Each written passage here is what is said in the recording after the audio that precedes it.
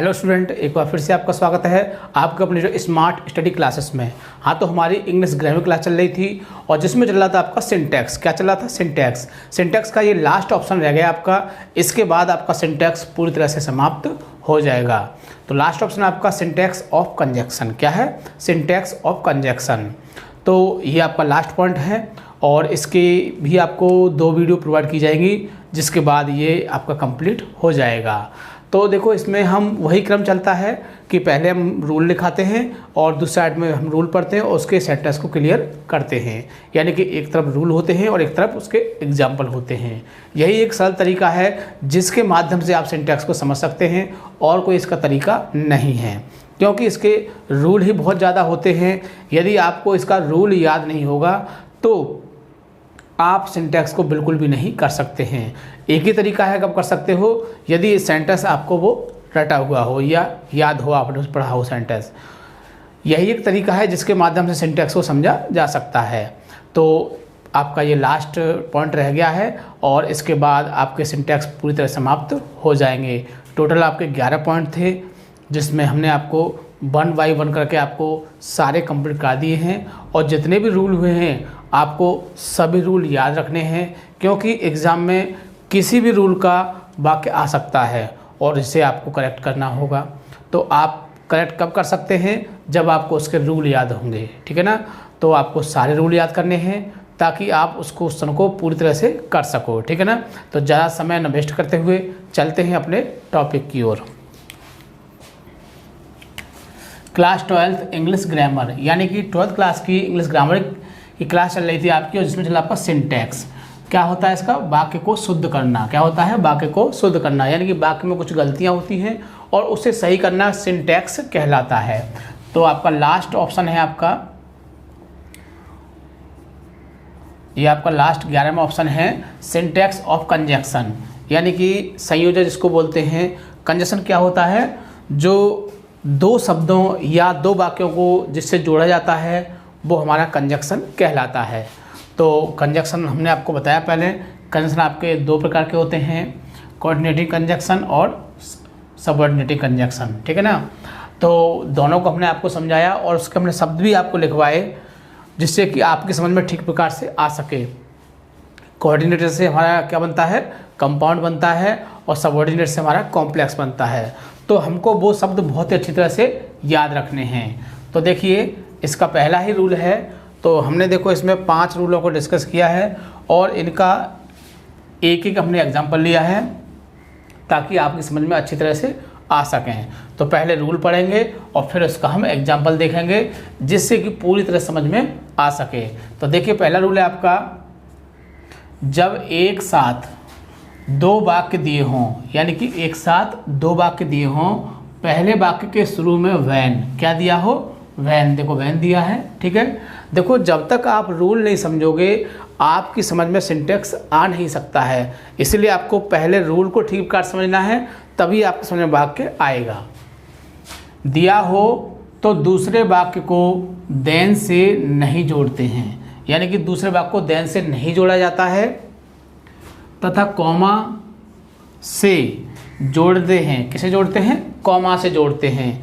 यानी कि वाक्य शुरू में वैन दिया हो और देन दिया हो तो ये गलत माना जाता है। और इसको सही कैसे किया जाएगा कि देन के स्थान पर हम कॉमा का प्रयोग करेंगे तो हमारा सेंटेंस क्या होगा? सही हो जाएगा। यदि वैन का प्रयोग शुरू में करते हैं तो वाक्यों का स्थान बदल जाता है। यानी वैन का प्रयोग कहाँ करते हैं? हम बीच में करते हैं। कहाँ करते हैं? बीच में। यदि हम वैन का प्रयोग बीच में करेंगे, कहाँ करेंगे? बीच में करेंगे, तो क्या होगा? शब्दों, जो वाक्यों का स्थान बदल जाएगा। यानी कि इस वैन को हम अगर हम बीच में ले जाते हैं तो ये वाला वाक्य इधर आ जाएगा और ये वाला वाक्य इधर चला जाएगा, ठीक है ना। तो इस तरह से भी हम इसको करेक्ट कर सकते हैं। वैन का प्रयोग बीच में भी कर सकते हैं और देन को हटा के कॉमा से भी कर सकते हैं। तो आप स्वतंत्र हैं, आप इसको कैसे भी कर सकते हैं। मैं आपको दोनों तरह से बता दूंगा। देखिए, वैन शुरू में लगा हुआ है तो क्या करेंगे? देन को हटाएंगे और क्या लगा देंगे? यहाँ पर कॉमा लगा देंगे, ठीक है ना। हो गया करेक्ट आपका। अगर आपको वैन को शुरू में लगाना है तो इस बात को पहले लाओगे आप, I was reading the book, और यहाँ आ जाएगा आपका वैन, और ये वाला वाक्य इधर आ जाएगा ही केम हेयर। यानी इस तरह से भी आपका करेक्ट हो सकता है, ठीक है ना। तो आप दोनों तरह से इसको करेक्ट कर सकते हैं, उस देन को कॉमा करके भी कर सकते हैं, और बाकी जो मैंने बनाया है इस तरह से भी इसको करेक्ट कर सकते हैं। आगे देखिए, सेकंड रूल है, जब वाक्य के शुरू में इफ़ दिया हो, क्या दिया हो, इफ़ दिया हो, तो देखो इफ़ दिया है आपको, ठीक, तो दूसरे वाक्य को देन से नहीं जोड़ते हैं तथा कॉमा के द्वारा जोड़ते हैं। तो ये भी आपका सेम उसी तरह से बनता है, और इसमें भी हम इफ़ का प्रयोग बीच में भी कर सकते हैं। तो देखिए क्या होगा, देन के स्थान पर हम क्या लगा देंगे, कॉमा का प्रयोग करेंगे, और हमारा सेंटेंस बिल्कुल करेक्ट हो जाएगा। ये आपका देन कट जाएगा, ठीक। आगे देखिए, तीसरा है, देन का प्रयोग हमेशा सीडी फॉर्म के बाद किया जाता है। देखिए ये बात आपको बहुत ही अच्छी तरह से याद रखनी है, और हो सकता है कि 2021 में आपको ये सेंटेंस देखने को मिले, ये ना हो आपको और सेंटेंस मिल सकते हैं, लेकिन उसमें कंडीशन आपकी यही होगी, ठीक है ना। तो इस चीज़ को आप बहुत ही अच्छी तरह से याद रखोगे। कौन सी बात, कि देन का जो प्रयोग होता है वो सीडी फॉर्म के बाद किया जाता है। तो देखिए तीसरा एग्जांपल देखते हैं हम, open review is good then secret love. तो देखो हमको देन दिखाई दे रहा है, और देन का प्रयोग कब किया जाता है, सीडी फॉर्म के बाद, और आपका क्या दिया हुआ है, गुड। तो गुड क्या है, हमारी पीडी फॉर्म है।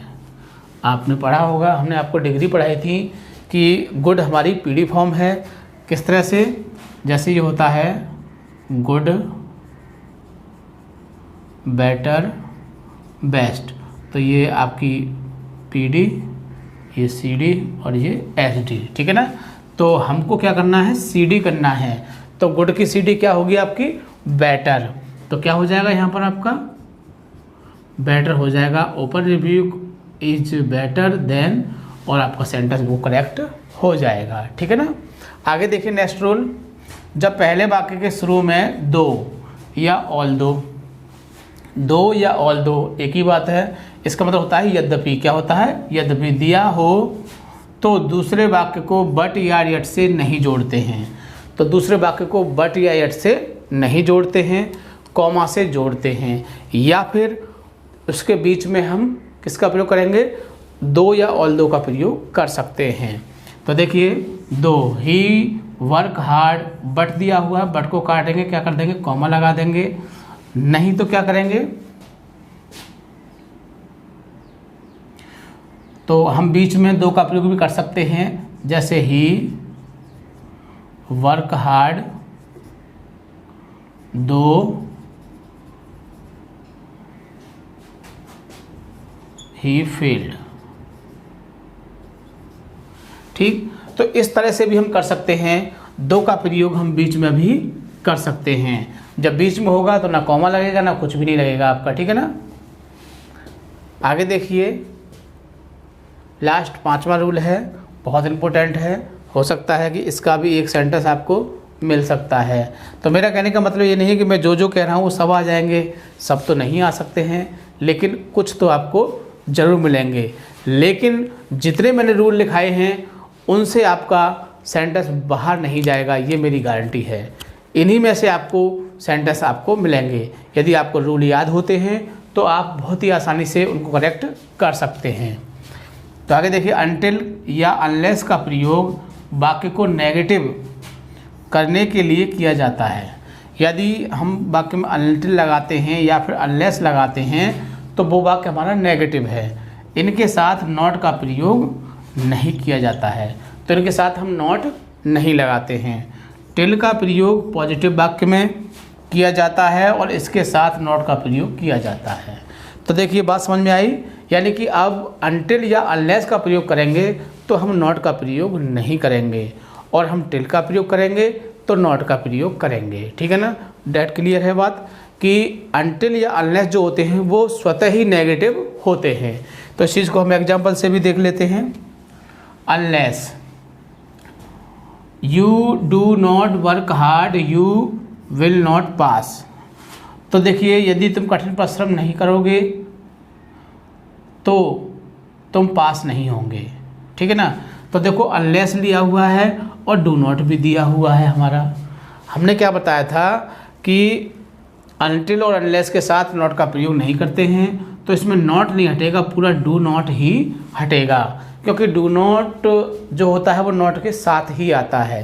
तो आपका डू नॉट हट जाएगा। Work hard you will not pass, तो इसका मतलब यही है कि यदि तुम कठिन परिश्रम नहीं करोगे तो तुम पास नहीं होंगे। तो आपका करेक्ट हो जाएगा ये। आगे देखिए, एक और एग्जाम्पल है, यू विल नॉट पास, तुम पास नहीं होंगे, unless you do not work hard, यदि तुम कठिन परिश्रम नहीं करोगे। तो देखो, अनलेस दिया हुआ है तो इसमें से क्या होगा, डू नॉट आपका हट जाएगा यहाँ से, ठीक है ना, और सेंटेंस आपका करेक्ट हो जाएगा।